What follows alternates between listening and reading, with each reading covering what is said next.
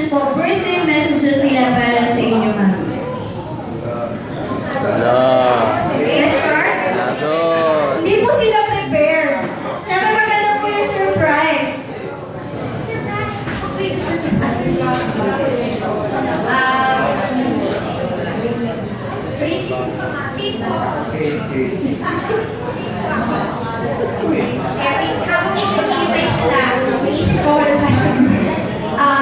Lola, we love you very much. Lola, we love you very much. Just as this flower is beautiful, so are you both inside and out. I've always been fascinated about your love story with Tatay Nesto. Naging sa pag kinakwento, lalo na nung 80th birthday ko, naalala ko, ang ganda-ganda na yung love story niyo na parang bata pa kayo, nagmamahalan na until you spent so many years together. Talagang through thick and thin, you were there with him. And naalala ko the hardships that you went through together, that you realized that love never dies. And although he's not with us right now, in spirit, nandito siya. Alam ko, nandito pa rin siya sa puso niyo. And I hope one day ma-experience ko rin yun. Kasi Lola, you are an inspiration to me. I love you very much. And I really look up to you.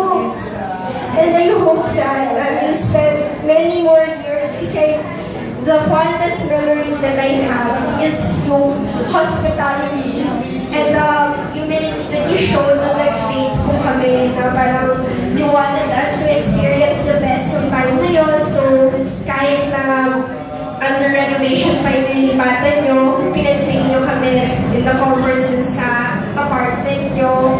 And then you and Lola really struggled na nakita ko na sobrang you wanted a good life for yourself. So your love story talaga is an inspiration to me. For me, you're as beautiful as that flower nga po. That lily that represents you. A beautiful flower, both inside and out. I love you.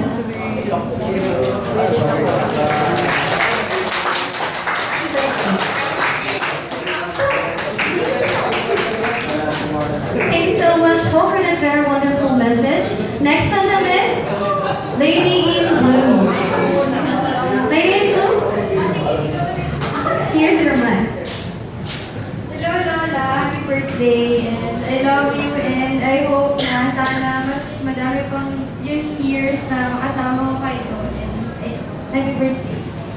Bilis! Una-una. Ang bilis.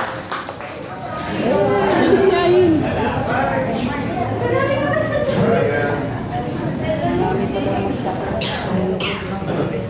Ayun, happy birthday.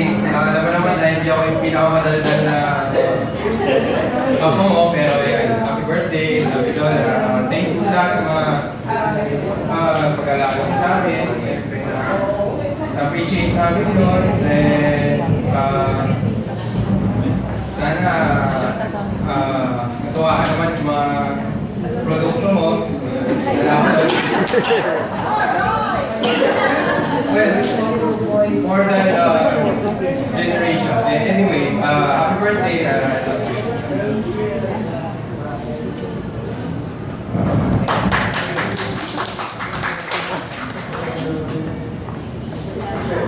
Thank you so much, Ryan. And next, ang ating mga boys po. Siyempre, ito mga naka-color blue. Kaya mga naka-white ko sa likod, si Kuya at si Ate. Ready na po tayo. Next po. Kuya Paolo. Salamat po sa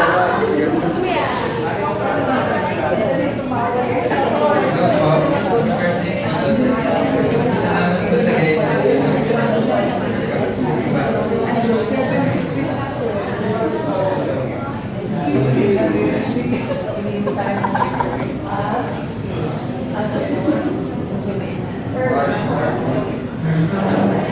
Next po, Kuya. Parang gusto ko na maging ako rin. Pero masarap maging ako, masarap maging nanay. And Maraming salamat po. Next naman po natin, Kuya Mark.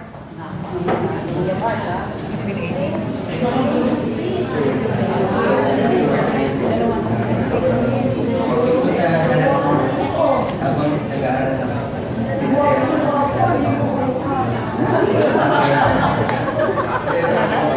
Tama, pinatin. Thank you so much, Kuya Mark. And dito naman po tayo sa ating last. Tayo po magsisimula ang ating boy na nasa-scratch. Next po, Kuya Alvin. Hello Lola. Happy birthday. Thank you sa lahat ng pagtuturo mo sa amin sa guidance mo. Kahit na minsan sa assignments ko noon, high school, medyo nag-aaway tayo. Kasi, mali. Ayun, thank you. Happy birthday. We love you. Thank you po, yan. And then si Kuya, terror pala, terror teacher din pala si Nanay. Kuya, yung message po? nanay. Ayun, nakalagay po kami lahat kay Tita Emily. Naniniwala po kami lahat ng mga tumira po sa buwan. Talaga po kinalakaan po kami ni Nanay. Lalo po sa academics. Ayun, pinapatay niya po kami, yun nga po, sa homeworks. Lalo na nung time ko po kasi College of Science. So, under din yung tinuturo ni Lola dati yung inaaral ko. So, tinuruan ako ni Lola dati ng comparative anatomy. Ito na po yung napumatay pa kami ng pusa para naturuan ako ng blood vessels ng pusa. So, ayun, thank you Lola kasi na-apply ko siya ngayon. Lalo na sa anatomy namin. Sobrang salamat po kasi hindi ko po kakalimutan yung mga tinuro niyo po. I-apply ko po siya in the near future. Sobrang salamat po Lola. We love you.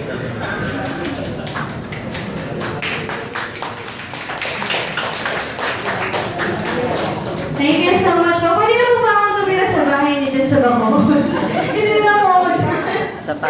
And next naman po, last but not the least, Ate.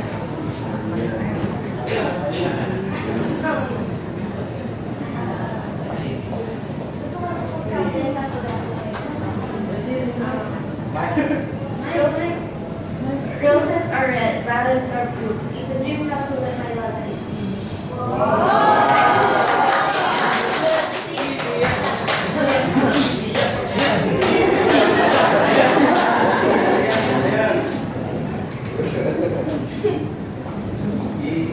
Thank you, Ate Maria. Ramdam ko po na words are not enough to express kung ano po yung nararamdaman ng lahat ng tao na nandito ngayon para makiselebrate na birthday ni Nanay Lily. At dahil po siya, Nanay, meron po kaming inihandang magandang presentation para sa inyo po. And sana magustuhan. Meron pa po ba kwarto doon sa bangko?